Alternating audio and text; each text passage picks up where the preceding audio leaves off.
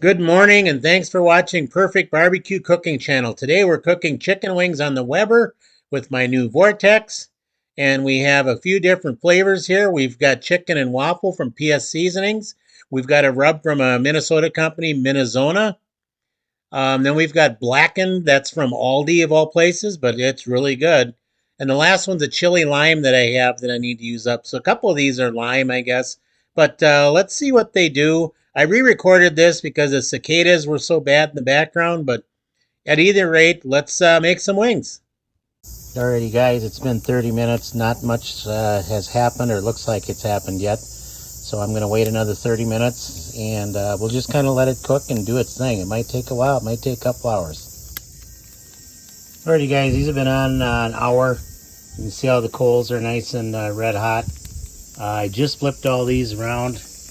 The other nice thing with this, doing the Weber like this, is then I could take in, not this stick, but take and move this and kind of spin it. You know, that way if one area is for some reason a little hotter than the other. I want to shout out Owens Barbecue, Marty Owens, great guy. He's the one that sold me that Vortex. I'm really happy with it. Just kind of playing around with it a bit, so we'll see what happens in about 30 minutes. Alrighty guys, this has been 2 hours. You can see they're starting to get juicy, I guess.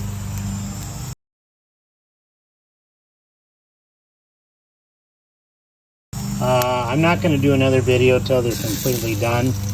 But the biggest thing with chicken, cook it to 165. Hopefully I'm going to get a nice crispy skin out of this. If not, it's again a learning experience.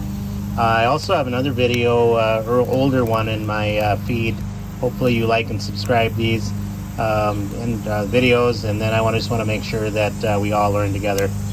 But yeah, these aren't looking too bad, but I'm going to let them go a while yet, and once they hit 165 or they look pretty crispy, we'll call them done.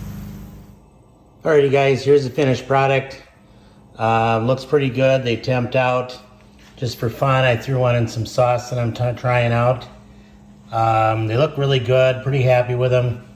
At the end of the video, you're going to see a couple of pictures, one of which will be the Weber kettle. And a big lesson I learned, this is the second time I've used it now, first time with the Vortex, is that you need to let the charcoal go for a while. It's been a long time since I've used charcoal. I'm getting better and better at it on a Weber kettle. So like I said, here's the final product.